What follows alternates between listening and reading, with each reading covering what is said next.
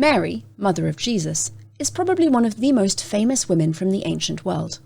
She remains incredibly important today in several faith traditions, but what do we know about the woman behind the story? Today I'm joined by Dr. James Tabor to talk about how we can reconstruct the life of someone who left virtually no historical record, how Mary is similar to Mesopotamian princess and priestess Enheduanna, and why he thinks Jesus' birth family were written out of the New Testament.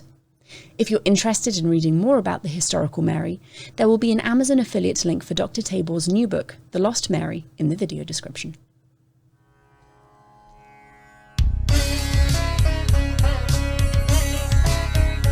Welcome to Digital Hammurabi, your guide to the ancient world, and a podcast devoted to sharing reliable, fact-based scholarship without the jargon of academia. I'm your host, Megan Lewis. I'm passionate about ancient history, and with 2 graduate degrees in the field, I am intimately familiar with the world of academic research.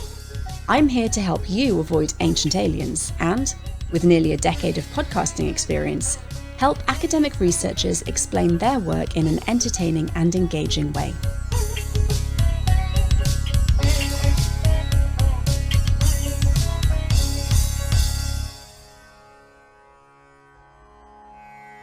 Hello everybody and welcome back to Digital Hammurabi. I'm your host, Megan Lewis, and today I am very excited to be joined by Dr. James D. Tabor. Dr. Tabor is a retired professor of religious studies at the University of North Carolina at Charlotte, where he served as a department chair for a decade. His previous 10 books include the international bestseller, The Jesus Dynasty, The Jesus Discovery, and Paul and Jesus. Over the past 3 decades, Dr. Tabor has combined his study of ancient texts with fieldwork in archaeology, and since 2008, he has been co-director of the acclaimed Mount Zion excavation in Jerusalem. Dr. Tabor's international best-selling work has been translated into 21 languages and featured in major media, and he is joining us today to talk about his newest work, The Lost Mary, Rediscovering the Mother of Jesus, which I finished reading yesterday morning. Very much enjoyed. So, James, thank you very much for joining me. Oh, thank you. Hold that cover up again. I want to start with... It's very, very pretty. You get your cover, you approve it from a publisher. But then when I got the book, just something about it. And I've started calling it the Mona Lisa of the ancient world. You might know there's a mosaic in Sepphoris, in the north, in the Galilee, that people are calling the Mona Lisa of the Galilee. Well, I'm going to replace that Mona Lisa with this one because you can't tell what she's thinking. Now, I know the artist and I know what he said, but I'm not revealing that because I want people to look at it and just think, is she worked out for themselves? Sad? Is she thoughtful? Is she contemplative? It's amazing. So I just love the cover. So no, it's beautiful, and the topic of the book is obviously Mary, the mother of Jesus, and you're going to, through the course of the book, try and rediscover who she was as a person, as opposed to kind of the theological persona that we as modern people, modern Christians might be more familiar with. I wanted to open by asking what your main challenges were when you started writing this book. Oh, good question. So the main challenges, I know everybody says good question, but I mean like good question. Because this book took me 10 years, Megan. Now, we had COVID and we had other, the war delayed me doing some final research archaeologically for now almost 2.5 years. So, but I'm not going to blame that. My editor retired and I changed editors, blah, blah, blah. But normally I write a book in 3 years or so, from research to finish, somewhat like our friend Bart does. But this one just took longer. Now, why? The main challenge, data or lack thereof. What do we know about Mary and how do we know it? So I'm actually trying to launch here a bit of a twofold or two-pronged kind of statement. One would be a quest for the historical Mary. Now, at the outset, you almost want to say, well, you can't do that. And of course, some would even say that about Jesus. It's challenging enough. And many of us have spent, decades trying to get to Jesus and talk about historicity and criterion of authenticity and so forth. and you're very familiar with that, as hostess of Bart Ehrman's Misquoting Jesus. I think you've covered every single subject by now. I think we've got quite close, yeah. So it's a challenge. And all the women are a challenge, though. You know, Mary Magdalene pops up at the end, and you go like, who? And then Mary the mother's from the beginning, but then you begin to trace what do we really know about her and what could we say. So the analogy I'm using in interviews, and I kind of like it, I'm sticking with it. No analogy is perfect, but breadcrumbs in the forest. So I go along and I find these little bits here and there. It's not just indiscriminately chosen. I do privilege and give more credibility to the sources that we think are earlier. And to some degree, it's like reading any ancient text. What are the biases of that author and that text, and what might be inflated and why, and so forth? So just because you know, a text is early doesn't mean it absolutely that's your best source. It might reflect some later things as well. We don't have really early sources. I mean, I think most of your viewers and people that listen to me, they know that we don't have anything from the lifetime of Jesus. We have some archaeological sites that we could relate, and that's part of the story. But the other thing is to how to integrate that archaeology in with the text. But the other prong I'm thinking of is I want to be sensitive to what is called officially in the world today, and particularly among Catholics, both East and West, Marian devotion. That's literally a thing. So you take the word Mary and you make it into an adjective. So Marian devotion is quite a serious thing. It is the idea that you're very focused on the Blessed Mother. And she finally gets called by the 3rd and 4th century, the Mother of God. That's even in the Rosary. We all know it, you know. And then she is talked about as well as ever virgin. Ever virgin is the term. It essentially means not only was Jesus's conception without sexual intercourse or without anything to do with a human being, it would be from God directly. And she would be the only one in history, in Hebrew history, that would make that claim. Now, if you go to the Greco-Roman world, of course, you have many tales of extraordinary humans being fathered by a god. But so how could it be Marian devotion? Because I want to suggest that getting back to the real Mary, the original Mary, as close as we can, and sort of pulling back the theological veil. If we want to, you know, if somebody is very, very nervous or uptight or worried about this kind of thing in terms of, you know, what are you doing? Are you destroying her faith in Mary? I would just say, let's separate the heaven from the earth. It's kind of like the Apostles' Creed. I think we talked about this once. You know, people recite the Apostles' Creed. Jesus is born of a virgin, crucified, died, and buried. And you go, wait, that was too fast. Could you rerun that? And you rerun it, there's nothing there. Born of a virgin, crucified, because that's the confessional Jesus. But what about all the 100 and almost 200 years now, I guess it is 200 years, that we scholars have tried to do the quest for the historical Jesus? We have more, but the task is very similar. And so we're trying to find the real Mary, and I want that to become a devotion. In other words, I want to be devoted to Mary as she was at her own time, as a flesh and blood human being, a real woman, married with children, and Jewish, for one thing. So I guess that would be the other challenge. You have your sources, both material evidence as well as text, but then you also have this, I want to sort of lift that up to heaven and let it stay there. People are, you know, I respect their beliefs and so forth, but let's just talk about our life then. And that's what I try to do in the book. But the biggest, yeah, go ahead. I just want to say that the picture you paint of Mary as a human woman is one of a very strong, tenacious person who I think, if you are religiously inclined, is certainly worthy of that level of devotion. Yes, and someone could come along, our Mr. Skeptic, some of my colleagues, and say, well, you don't know any of that, James. Well, I know some of it, okay, but you don't know any of it. She could have been a sort of limited, I don't want to insult her, but, sort of a little bit daffy, not quite on the ball, and her Wunderkind, Jesus' son, is everything.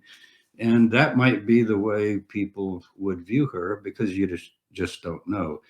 So at this point, I'm almost relying on just a sense that let's give women credit for these amazing children that become something. Well, the most influential person in human history, I think we would agree, is probably Jesus of Nazareth.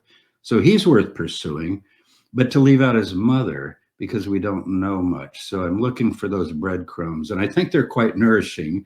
But like so many things that you've explored with scholars and the conference that you've hosted and so forth, or that you've emceed that we were all part of with Dr. Ehrman, you could go either way on so many of these things. And we know that. You could hear Mark Goodacre make an argument, and then you could say, yes, but here's the opposite case. So I'm well aware of that. But I sort of like the line in the Gospels about, and the common people heard him gladly. So I want to be heard gladly by women, particularly, to say, well, it's about time, whether you can prove it or not, the hand that rocks the cradle should be acknowledged. And as you know, I begin the book just saying, name a few great women of history. And you came up with another one. Tell us, I was doing, this is from my students. Let's see, Helen of Troy, Cleopatra, not that they know anything about her particularly, but they got the name. And then usually they'll jump to Joan of Arc, which always amuses me. So, you jump 1,000 years because you can't think of any others. Point made. So who is, I'll interview you. Who is your one? Because you're an ancient Near Eastern person. And you told me about someone that, I'm not going to write a book about her, but maybe you can.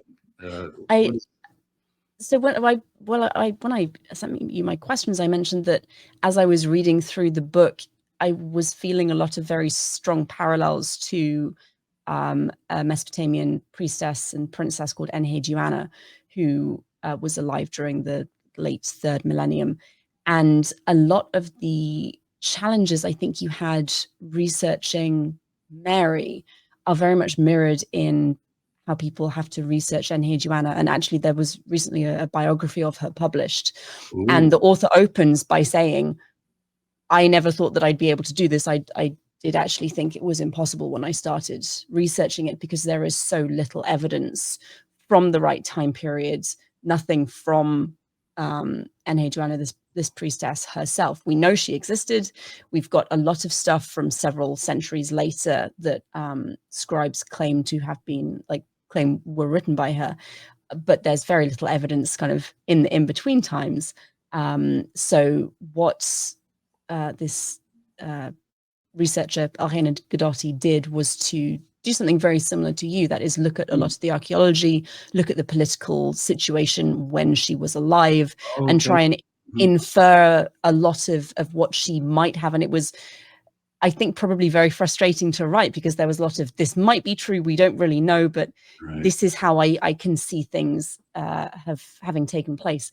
And I felt like you were having to put together a very similar puzzle using your breadcrumbs. The easiest way to criticize a book that you have questions about or you don't like, I've seen it over the years with several of my books, is you just say, and it's true of all of us, but you particularly, because you are sort of against that author or the book, or you don't think it's that responsible historically, you say, it sounds like you're like, if this is true and this is true, then this, it's so easy to do with any book. But as you go from one thing to the other, the thread, there's either a potential link contextually, like one of the big things in the book, just to illustrate this, is where does Mary live according to our sources, all of our sources? Jesus of Nazareth, earliest thing, Jesus comes from Nazareth to be baptized by John, Mark chapter 1. Okay, so if we can put her in Nazareth, great. But then we have to know something about Nazareth. And what I did not know in graduate school, I'm talking about PhD, University of Chicago, graduate. And if you had asked me, well, what about Sepphoris? Dr. Tabor, you studied this period. What about that? I think I would have said, what was that again? Which is so horrible when I look back, because that would be like somebody growing up outside New York City, let's say. In other words, Sepphoris was the urban capital of the Galilee. The contemporary historian Josephus says it was the ornament of all the Galilee, and it was being splendidly rebuilt by the son of Herod the Great. After he died, revolts broke out. The Romans destroyed it, we think kind of to the ground, and Herod Antipas, the son, the same, it's hard to get these Herods straight, but he's the one that had John the Baptist beheaded. It's rebuilt with a theater that has been excavated and so forth, and streets, and it's a Roman city. I mean, it's a Jewish city, but in Roman style. So that kind of thing. Well, that's quite a context. And we do have a pretty good tradition, it's Byzantine, of Mary actually being born in Sepphoris. So I play on that. It's like we don't know exactly, but go with me here and let's see if things fit. But I remember years ago, a colleague that we both know, I won't name this person, but they had said, well, do you think Jesus ever went to Sepphoris or not? Well, it's 4 miles away. And I've excavated there for 3 different seasons with Jim Strange, the late Jim Strange. And how could he not? City set on a hill cannot be hidden. Jesus quoted that once, and he might have meant Sepphoris. The main roads, east, west, north, south, coming through. So you see the method that I'm working on. What would it be like to go into that town and maybe work in the building trades, which we have one tiny little hint that Jesus' father, Joseph, is a tecton, which we think of as carpenter, but we all know if we've studied a bit that it actually just means, like the word architect, a kind of a builder. Maybe stone seems likely. He does give a lot of examples about stone, which seem odd if doesn't know anything about it. You know, how to build a foundation, and you need to make it really solid and that kind of thing. So that was, that's the kind of thing that I tried to do. Archaeology, geography, on the ground, texts. Let's see what we can come up with. So those 2 chapters, by the way, I think it was that other King of the Jews is one of them's called, that's Herod, and one's called Game of Thrones. Those were the hardest to write. And I hope that you found it this way, but to read that material in our best source, which is the 1st century historian, Jewish historian Josephus, I don't care how many times you work through the Jewish war, it is so confusing. The names are confusing. You can't get them straight.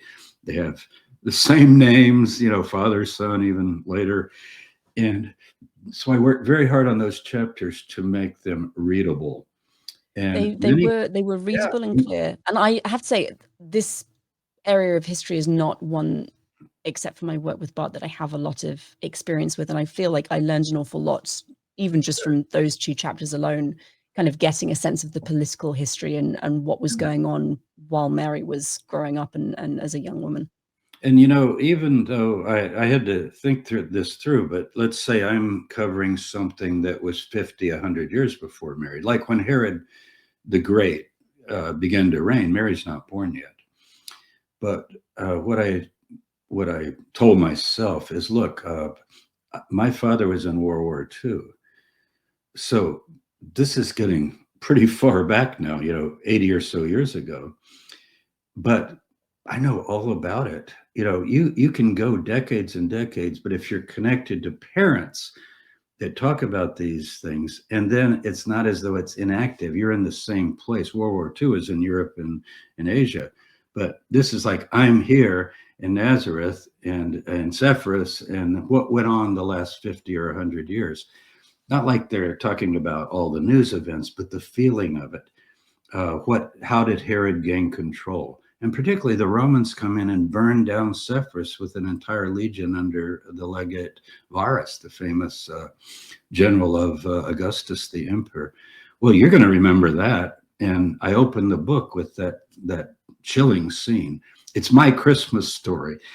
Mary's holding Jesus. He's maybe a year old, let's say nursing him, and probably hiding as the Romans are coming just 4 miles to the north and the flames of the city are going up. I mean, it had, and then 2,000 people crucified as a result of that revolt up and down that main road. Mm-hmm. So, wow, you know, there's a lot. That's the kind of thing I try to bring in. So. And I do think it worked very well to create, for me at least, an atmosphere and understanding of the world that Mary was living in and that Jesus was growing up in. And the level of political instability, I have to say, was not something I was very much aware of before I read it.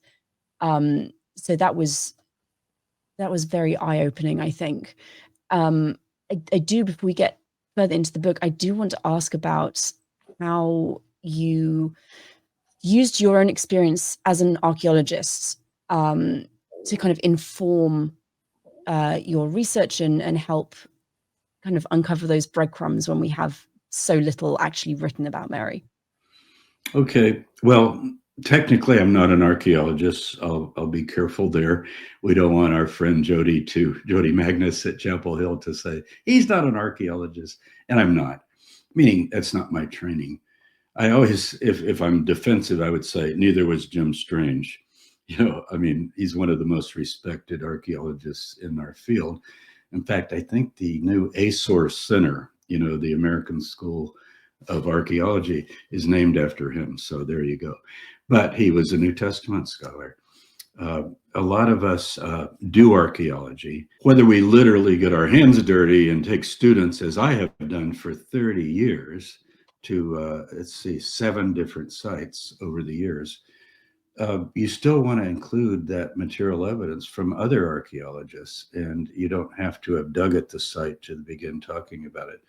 So what I tried to do is to further contextualize things by the text, as we've talked about, but also the material evidence. So what sort of an urban center was Sepphoris? Other colleagues are excavating in the Galilee as well. Cana, there are 2 or 3 Canas, by the way, because all these sites, the little sites, sometimes go back to the Middle Ages or the Crusades, and they're just not correct. It was good for pilgrims. They wanted things close. You know, if you're going to be in Nazareth, you need to go right up to Cana, where Jesus turned the water to wine. But the real site is further north. Tom McCullough and others have excavated that, and we're pretty sure that's the real site. And then James Strange, the son, has excavated a village in the Galilee, Jody Magnus as well. So we know, and Shimon Gibson, my colleague here at UNC Charlotte, a very good archaeologist. Now he can wear the big A, archaeologist, one of the best in the business. And we've dug in Jerusalem on Mount Zion, which is the upper city where the wealthy lived and where the high priest's homes were and so forth. We've excavated there since 2008. So to put all of that into a kind of a context that could maybe fit with the text. So I try to do that in the book. And some of it I think is pretty solid. I always go to Dr. Gibson. He read the book, and you're kind of, it's almost like, I'm older than he is, but I look at him in terms of an authority in this field, you know, with fear and trembling. And I thought, well, maybe he'll read it as, oh, James, you just went too far. And he said, this is your best book. It's a delight to read. And I said, well, did I get anything like blatantly wrong? And he said, no, I think you're, we don't know everything, but we can put Mary, I think, on Mount Zion. We can actually get her there. We have pretty good traditions on that. And therefore we can talk about I don't want to call it a church, but people call it a house church or a meeting place on Mount Zion, where Mary apparently lived after Jesus' death. And then her son James took over, which nobody talks about because everybody's into the Apostle Peter. And that's part of the book as well. So I tried to ask, in terms of archaeology, Sepphoris particularly, Jerusalem, those would be the 2. But other places too. Outside of Jerusalem, there's a place called Ein Kerem We think it's where John the Baptist was born and where he lived. And if we're willing to go with Luke's account, and here you get the textual question, Mary and Elizabeth, the mother of John the Baptist, are related in some way. It doesn't say how. We usually think like a cousin or maybe an aunt or something like that. And according to Luke, Mary, when she discovers herself pregnant, goes in haste. It's actually she runs, she flees to stay with her relative, Elizabeth, down in Judea. So I've excavated there as well. There's a cave there just outside of Ein Kerem, which is west of Jerusalem, probably 10 miles. So it's in the hill country of Judea. So not the desert side, but the other side on the west. And it's full of caves and various springs and water sources. And one of them was used by early Christian believers, by early, I mean second, third century, to baptize in. And they've actually put graffiti about John the Baptist, and they even have a figure of John. They have his head on a platter and things like that, like they're telling the pictorial story. And then people are coming in and doing ritual immersion that, you know, we commonly call baptism today. So all of that kind of thing. And then what kind of dishes do people use and so forth? I don't get into that as much, but I wanted to have a feeling for what it would be like in a Jewish home for the alarm to ring, so to speak, at 4:30, and the men head north to work in Cephras, and the women are in the household doing the various chores that women do. There's not a lot of that, but I have a little bit there about a matriarch of a household of 7 or more children and what she would be like. I enjoyed those like little vignettes of what life would have been for someone in that situation. And this is, I think, a good place to ask, what kind of influence or impact do you see Mary having had as this matriarch of a large family? Joseph is presumably dead. How influential do you see her as being to her children and obviously to Jesus? Well, the mystery, I guess, is the second brother. We've all heard of Jesus, but if we start with him, I argue, as you know, you've read the book, that he's purposely written out of some of our accounts. Now, you can't write him out entirely because from all of the sources we have, remember, it's not just sources in the New Testament. We can start with those. But even in the New Testament, the second book, Luke Acts, we don't know exactly who wrote it. We say Luke, that's the traditional name, but let's just say the work we call Luke Acts. You go to the book of Acts. Well, even, let me start in Luke though. Mark names the brothers. Mark 6, verse 3. It's a number that I can remember after working on this for so long. So Mark 6, verse 3. Where the townspeople that know Jesus say, this is Jesus, son of Mary, right? And we know his brothers, James, Joseph, Jude, Simon, and his sisters. They're right here. And I just take that at face value. You know, the idea later that Mary is not only a virgin, or the conception's a virgin, but that she would never have sex in her whole life. And even though she's married, you later get traditions, Megan. I don't know if I even put this in, but Joseph is like 94 years old, and he had all the kids before he got married. That's sort of the Eastern view. And the Western view is, oh no, Joseph can't be having kids because he's holy too, because he's going to be living with the Holy Virgin, even though they're not, you know, having intercourse or anything like that.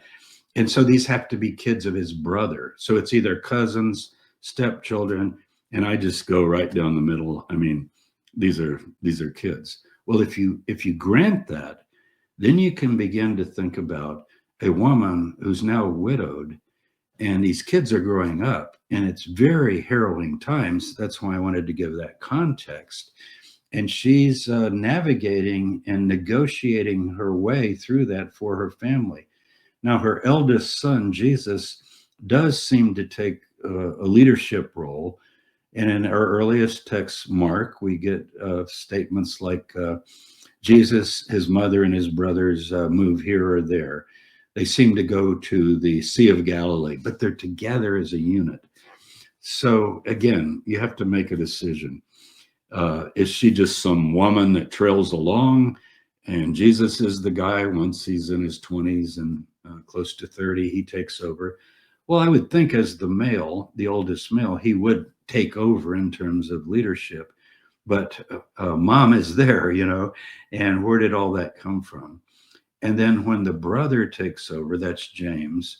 And my students do ask, James who? Who are you talking about? Because remember, there's a fisherman named James. Peter, Andrew, James, and John. Sons of Zebedee, James and John. He becomes very prominent in Christian tradition, the beloved disciple John. And what about James? So in the book of Acts, back to the book of Acts, we know from Paul's letter of Galatians that most of us give some strong weight to in terms of history, that Paul went to Jerusalem early on, visited Peter, he says, for 2 weeks. And then he met James, the brother of the Lord, the master, the rabbi, the brother. So Paul's not worried about, say he's got a brother. But then when you go to the book of Acts, well, first of all, Luke takes that out.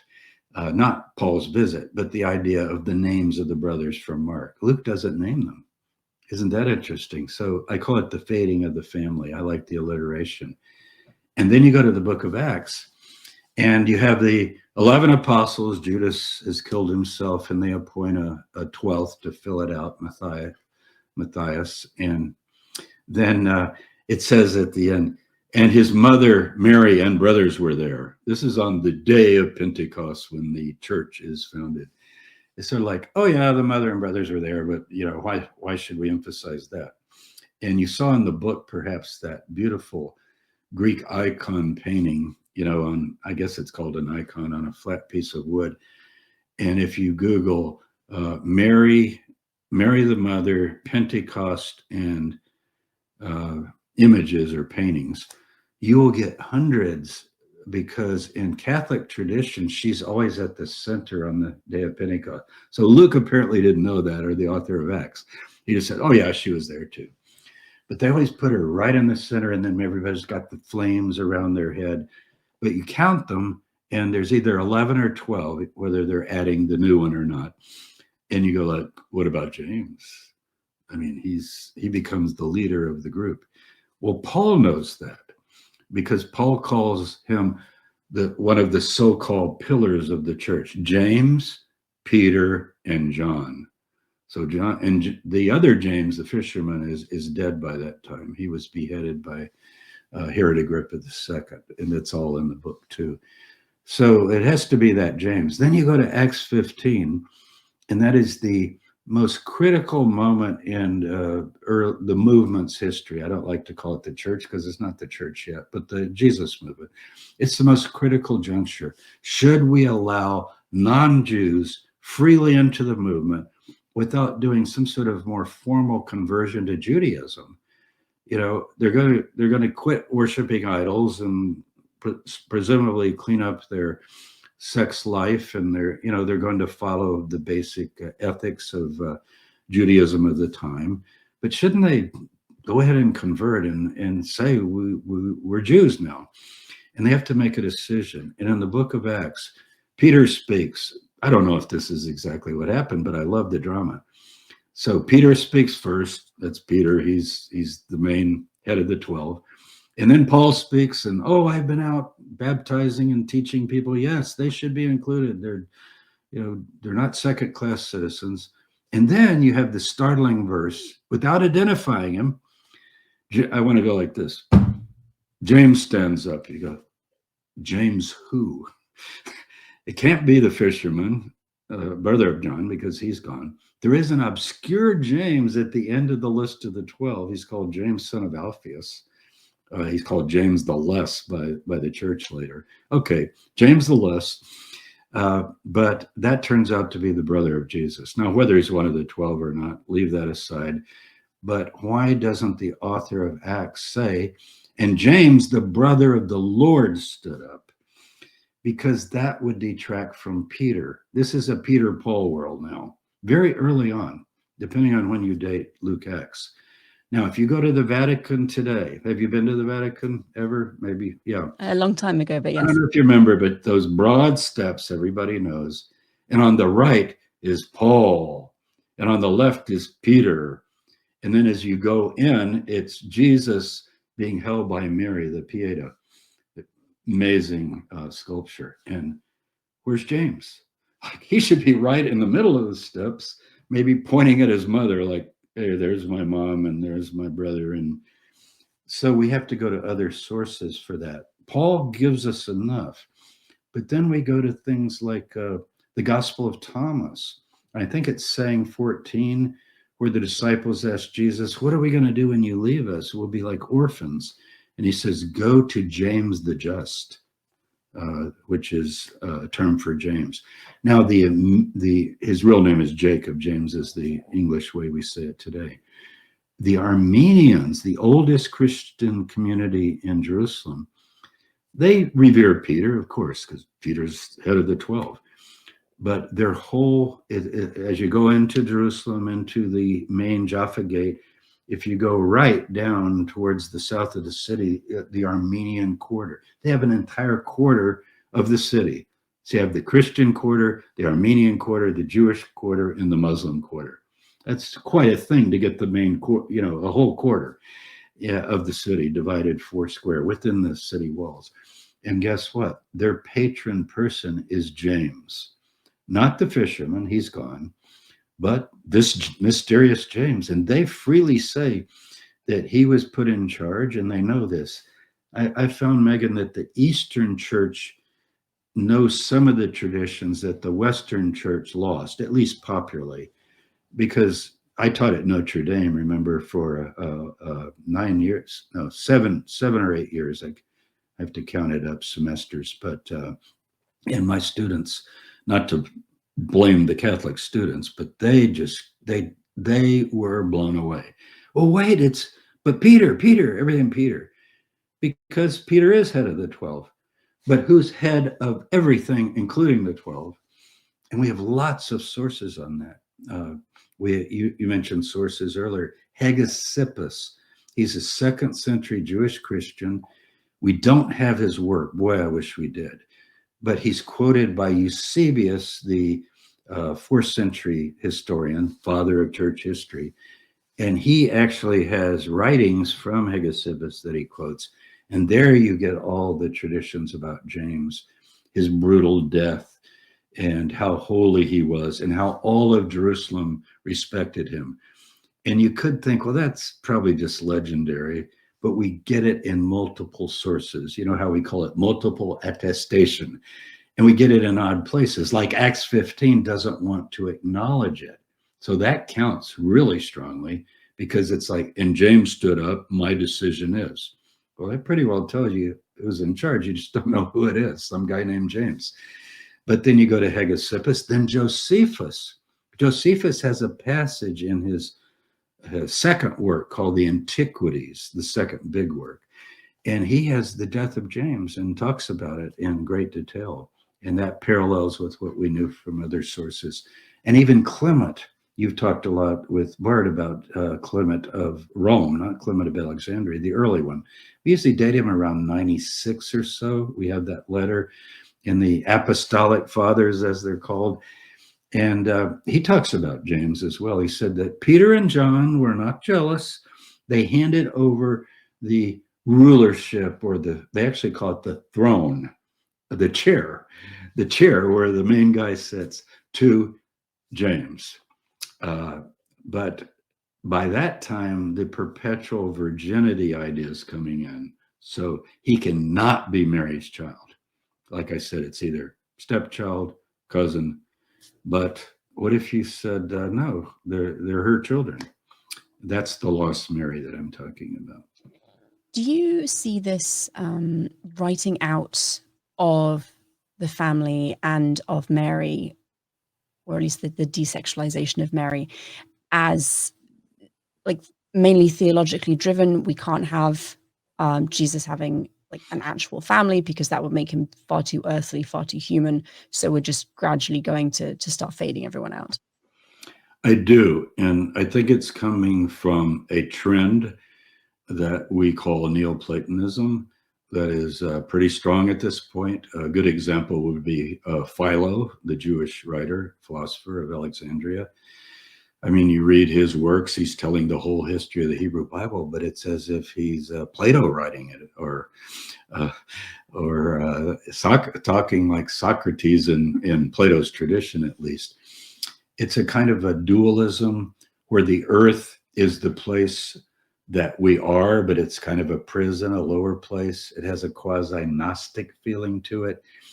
There's an early text, nothing to do with Mary, but it's from I think the 3rd century BCE, so before the Common Era, and it's on gold foil. There are 15 of these, actually. They're rolled up and they're put by the ear of the dead.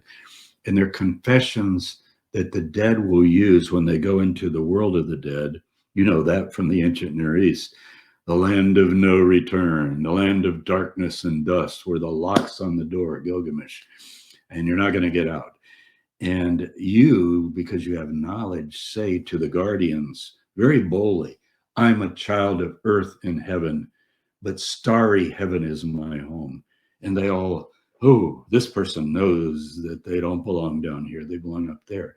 And they will let you drink the water of memory, and you can sit with the couches of the gods where you belong. So that kind of worldview, we call it cosmology, is beginning to permeate the Christian theologians as well. And with it comes an asceticism, a celibacy, the idea that sex might be okay or allowed, but if you want to be spiritually elevated, leave the body behind, leave sexuality behind.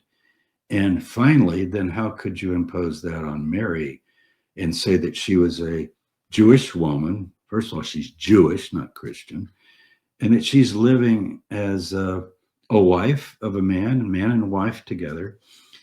And oddly enough, in Matthew 1, the birth story, verse 25, apparently the earliest writings have no problem with Mary's sexuality. Not with Jesus. Well, don't go there. But the rest of the kids, I'll quote it to you.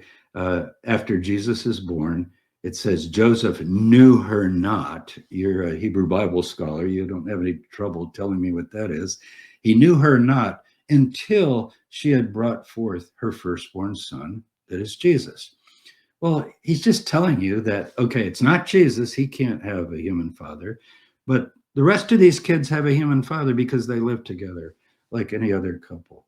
So I take that, that's to me big. And did you catch the point in the book where, as time goes on, now we're talking 3rd, 4th, 5th century, she doesn't go to the toilet either.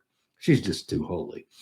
How could the mother of God, do anything like that? Not that it's evil, but it's like lower, we don't want to think about it. And Jesus, of course, never, couldn't be possibly, involved with Mary Magdalene or anyone else for that matter. But toilet as well. And the fathers discuss this. I give references in my book, and they typically say, well, they live like angels. And apparently angel food, whether they're brought it or they eat just the right amount of like our food, and they never have to bother about any bodily functions. It just gets, it's not history, and historians recognize what's going on there, but they certainly don't take it literally. So what is going on there? The move from earth to heaven, everything is heavenly. Jerusalem above now is important. Jerusalem below is nothing. Paul uses that very phrase, Jerusalem above is the mother of us all. We're looking to the heavenly world. But it's not like Christianity invented this. The entire Hellenistic culture, roughly from Plato and Alexander the Great on, is moving in this direction like a freight train, so that you can't really propose a earthly religion. And yet, if we look at the sayings of Jesus, he does say things in some of our earliest sources, the source that scholars call Q, which is embedded within Luke and Matthew, the material they have in common that's not in Mark. Some people will say, I'm sure you'll get this comment, oh, Tabor believes in Q. There's no Q. That's been shown not to be true. Okay, call it XYZ. I don't care what you call it. Is there material that Matthew and Luke have in common that's not in Mark? Well, yes. Pull it out and read it. Most of it's sayings of Jesus. And he says things like this: as your will is done in heaven, I'm doing the literal Greek, as your will is done in heaven, so be it on earth. On earth, why would you bother with doing, earth? And Jesus talks often about, you're looking for the kingdom. It's not over here. It's not over there. The kingdom is right here before you, meaning you be the kingdom. What is the kingdom? The rule of God. It's the will of God being done on earth. So justice, righteousness, truth, faith, the great virtues, love that all religions agree on.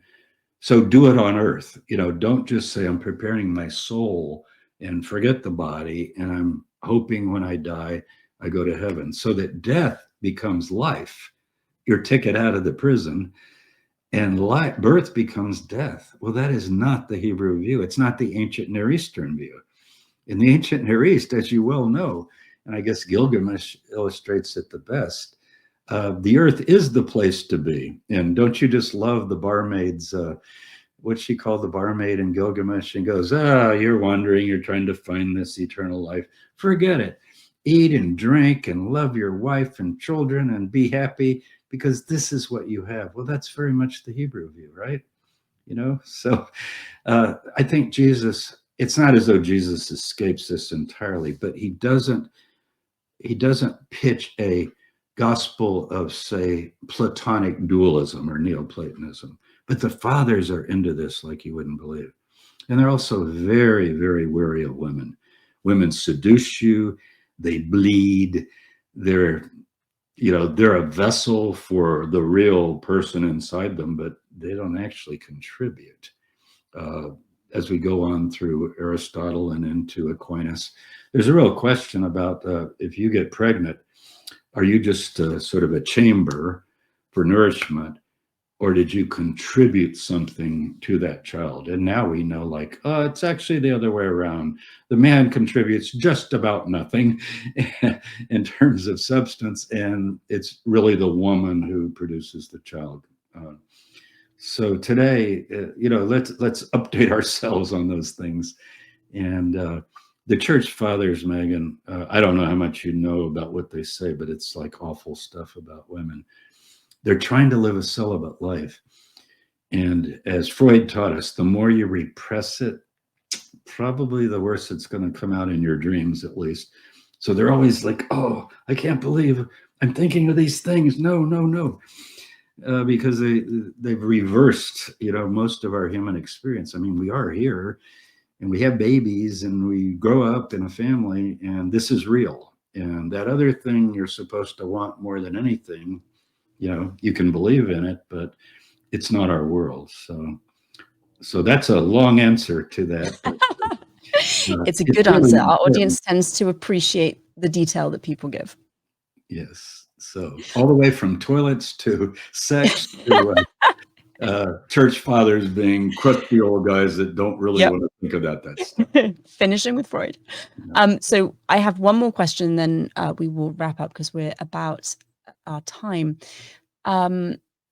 We've talked a lot about how Mary is understood by later Christians, by modern people, in quite a narrow, kind of theologically driven persona. So to wrap up, would you mind telling us why you felt it was important to restore her humanity to her? Yes, I didn't think, if you had asked me, 10, 15, 20 years ago, your friend Bart Ehrman and I have known each other since 1990, I think. So that's, wow. Is that true? Are we that old? And we, if you'd asked me back in those days, or even after, say 20 years ago, Oh, you'll probably write a book on Mary next. And no, I do have 5 characters in mind, and I don't mind using the word rehabilitation. I would like to rehabilitate the memory and historical reality of John the Baptizer. Well, let me back up. Mary, I'm adding her now. Mary, John the Baptizer, Jesus, and James. And I would put in Mary Magdalene as well. Again, we don't have much on her. But so what do I mean rehabilitate? Well, I'll give you the best example for Mary is her son James again. I think that this idea that John, the Zebedee, John, the fisherman, is the beloved disciple, I've traced that back. It starts with Irenaeus around 180 or later. That's really getting down the pike. And yet, in this mysterious scene where he's only mentioned like 4 or 5 times in the Gospel of John only, and maybe he's legendary, but let's say he's a real guy. He's intimate with Jesus, leaning on his breast, like a brother might do. And at the cross, Jesus says, "Son, behold your mother. Mother, behold your son." And believe it or not, that's the most shocking thing that I say to people, hardly. I think it's one of the most shocking in the book. You're saying the beloved disciple is James? I thought it was John. And I just want to say, why would you think it was John? The 2 things we know about John in the Gospels, he and his brother ask, can we burn that village up because they weren't very nice to us when we went there? And Jesus is like, I don't think you have thought that through. That's not what we're doing here. And the other is, this is in Mark, could we have the 2 main places on your right and left hand when you come into your rule and power? And, this is an apocalyptic movement, and Jesus is going to be the king or the leader, and he'll have on his right and left hand the 2 main guys. So he doesn't sound like a good candidate for the mother, but why would you give your mother, if there is a brother, and he's second? In Jewish tradition, that brother will become head of the household because she's a widow. And some of those children are still growing up, I would think, if you string them along for a while. And so I think James is a beloved disciple. And my rule of thumb is if anybody's named in John, that's not him, because he's a mystery guy. He's not someone, and John said this, and then the beloved disciple. And I think it's James. I think that is also writing the family out of the tradition. So far, Megan, I've convinced, let me think, how many scholars agree with me? I think that many, but maybe they'll come along. Why would we go to Irenaeus of all? And he wants to make John in Asia with Mary, and they have a house there. If you go to Ephesus, Bart and I have been there with tour groups, and Mary's house. That goes back, I think, to the 1900s, and it was the vision of a nun that maybe Mary was right here. And Eusebius, the Eusebius, the Christian historian, even says that that's another John. And Mary, there's nothing about Mary being in Ephesus of all places. So again, I'm trying to rehabilitate, solidify the memory of these people. And I don't need to do John the Baptist because I think James McGrath and others have done, really good jobs on John. But Mary, other than devotional things, I don't know of a hard-nosed study of the historical Mary. So I hope I can kick one off here and maybe encourage others to chime in. And glad to learn, from so many scholars I do respect. But I'm getting some pretty good reviews from major scholars, so I'm pretty happy with it. Here's hoping it kicks off an avalanche of studies about the historical Mary. James, thank you so much for coming and talking with us about your book. As I said in my introduction, if people are interested in purchasing it, I have an affiliate link in the description. If you want to purchase somewhere other than Amazon, absolutely support your local booksellers. And James, where can people find you online? Because I know you do a whole host of content creation for people who are interested. Right. The easiest place would be James Tabor. So you got to remember my name, no spaces, .com. So there you go, jamestabor.com. I have a YouTube channel that's very populated with hundreds of videos, and that's James Tabor Videos. You know, go to YouTube, James Tabor Videos. But once you're at the blog, you get the other things as well. You'll see little drop downs. I try to make it the center site. So jamestabor.com. And like you said, order the book anywhere. And but I'm going to say order it from Megan's link, if you don't mind, because I really appreciate her taking the time. She's coming all the way from the ancient Near East, as she does often with Bart Ehrman. But I love talking to you about this as a woman and as a scholar and as someone who has read the book. So thank you. It has been, oh no, thank you. It's been my absolute pleasure. I've really enjoyed myself. Okay, thanks a lot. Thanks, James. Thank you so much for watching and supporting Digital Hammurabi. This video would not have been possible without the support of our amazing viewers, generous Patreons, and enthusiastic students. If you want to satisfy your curiosity about the ancient world, why not join our Patreon? With monthly book clubs and author Q&A sessions, it's a great way to learn without breaking the bank. Find out more at patreon.com/digitalhammurabi. Need something more substantial? Check out our books and online courses over at www.digitalhammurabi.com.